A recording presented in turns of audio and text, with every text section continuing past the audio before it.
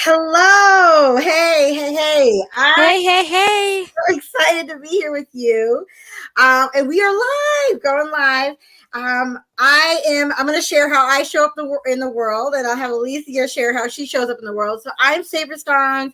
I am a clinical social worker, but how I show up is I am a gammy of a 4-year-old. I have a grandson that will be here in December, but I also like to show up in the world in being authentic and just enjoying life. And as a play therapist, being able to use different modalities to help clinicians heal. So that's how I show up. How do you show up, Alicia? Hi, everyone. My name is Alicia. I believe my first way I show up is giving all praises to whom I believe in, the Most High God. So my first one is to God and my faith. And another way I show up every day, just like Saber, is being a clinical social worker, a therapist, online every day, being virtual with the kiddos, teenagers, and adults at the same time. Yes, it has been. I think we've learned so much during this time about how we can do this work virtually. Yeah.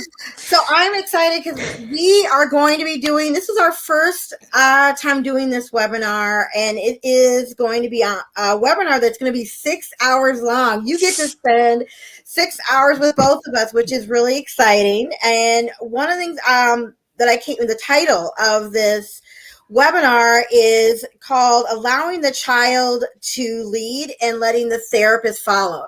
And often I know you may experience this when you talk with other therapists about using this child-centered approach, that clinicians need to get comfortable with being uncomfortable with letting the client lead. There's that thought of, we always are in the room, we want to be directive and tell a client what to do, but when we can sit back and watch a child lead, we're getting to see their imagination, their creativity. So, tell me about your journey in doing child-centered play therapy, because I think you are amazing.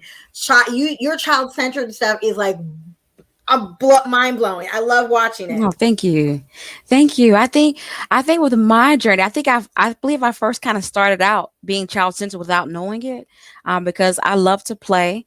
If you have kiddos in your home, or you got, some cousins, or you may say, I just want to babysit your kid for an hour and see how it goes, you can start out that way. But I think part of my journey, I think getting in touch with your inner child and learning, like you said, to be uncomfortable with some of the things that, learn to be comfortable with things that make you uncomfortable, because it can give you some anxiety, because children are children, and they're going to run, they're going to play, they're going to hop and skip. And it can give us a lot of anxiety because we want to be a little bit more in control. So I think one thing I had to learn to do was just to allow that child, just like the title says, is to lead. But I myself personally, I love it, because just like you said, Saber, we do get to see a child's imagination. We get to see their creativity. We get to see, I know from my perspective, I look at it as a sense of, I get to see all your gifts that you're about to offer.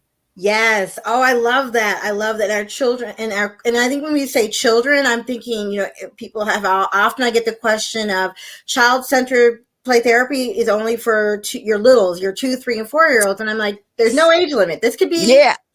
we're going to talk about how this approach is used for working with individuals. We'll get a chance to start talking about how you use this with families, which is filial play therapy. But what you're going to get, and we just got a registration last night. I was like, yay! So we don't have many spots, but what we're going to be, I want to share a little bit about what we're going to be talking about. We're going to be going over the 8 foundational principles underlying child-centered play therapy.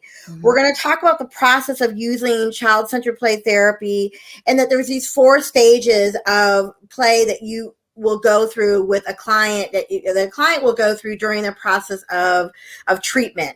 And so we'll get a chance to kind of what this looks like at the beginning, how this looks at the middle, how this looks at the end.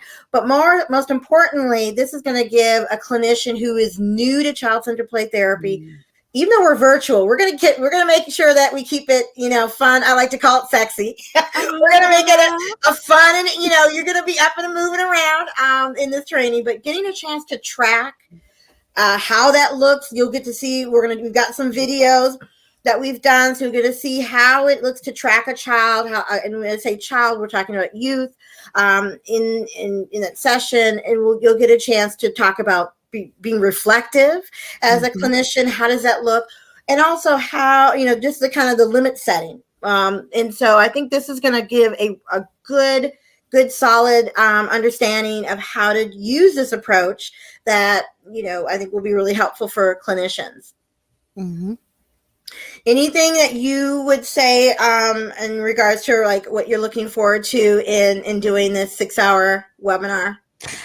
I think I'm looking forward towards the participants because I remember being on the other side, being a Mm-hmm, participant, mm-hmm, whether it's, webinars or just being in person. So I think for myself, I'm looking forward to the participants and engaging with whomever is in the webinar, because like I said, mm-hmm, I remember being on that side, and at mm-hmm. times, like I said, I know I feel anxious and figure out what's tracking, what's Yeah, reflecting. And yeah. one good way I think for myself of learning that, I started practicing on the people at work and just to see what would happen. Yes. My husband was like, "Stop tracking me." Yeah. I was like, "Hey, I gotta learn this. I gotta figure this out." So yeah, Gotta figure it out. Yes, and it makes you laugh. It makes you get all of that, yes, get some giggly. So it's super fun. And exactly. sometimes I know with my coworkers, sometimes they didn't even notice it. And I Yeah, saw that right. they felt like their chest got higher when I started doing little Mm-hmm. reflective things. So I said, wow. And you Yes. want to be genuine, of course. So You I think I'm right. looking forward to the interactions. Right. And as we wrap up, and we'll definitely come back again. I think one of the things that's also going to be really important, and that I know you feel this way too, that we're always coming from a place of cultural humility, that we really want to, Hmm.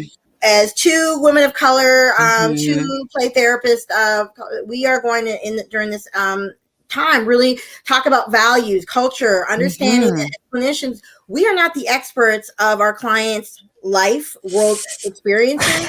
And so that when you have a client in the room, how you respond around, when it comes to race, when it comes to issues around racism, Hmm. systematic racism, we're gonna, so that's also going to be really overlying within our time together, that we want clinicians to feel like, this is a space to feel safe, but to feel open and to grow and learn from, and really transform how you are working with clients of color. And that's real Hmm. important. I think would you agree? It's your that's our, important that we help clinicians and support clinicians around that.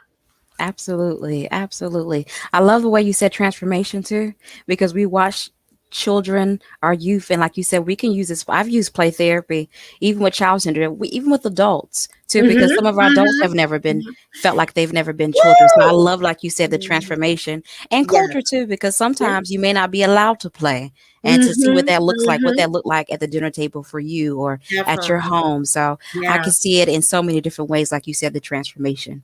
I'm excited, and this will be great for clinicians to learn how this looks doing it in person, but also it Mhm. works virtually. It does. It We've works. had to learn how to do it, right? It works. Mhm. So it's October 17th from 9 to 4 p.m. Eastern. We'll have a lunch break. We'll have breaks. We got some goodies coming, so definitely you'll want to make sure you're in the room. And again, we've got a couple spots left. This is a small group. We want to make it small, intimate, so people really get time to ask questions and practice and all of that good stuff.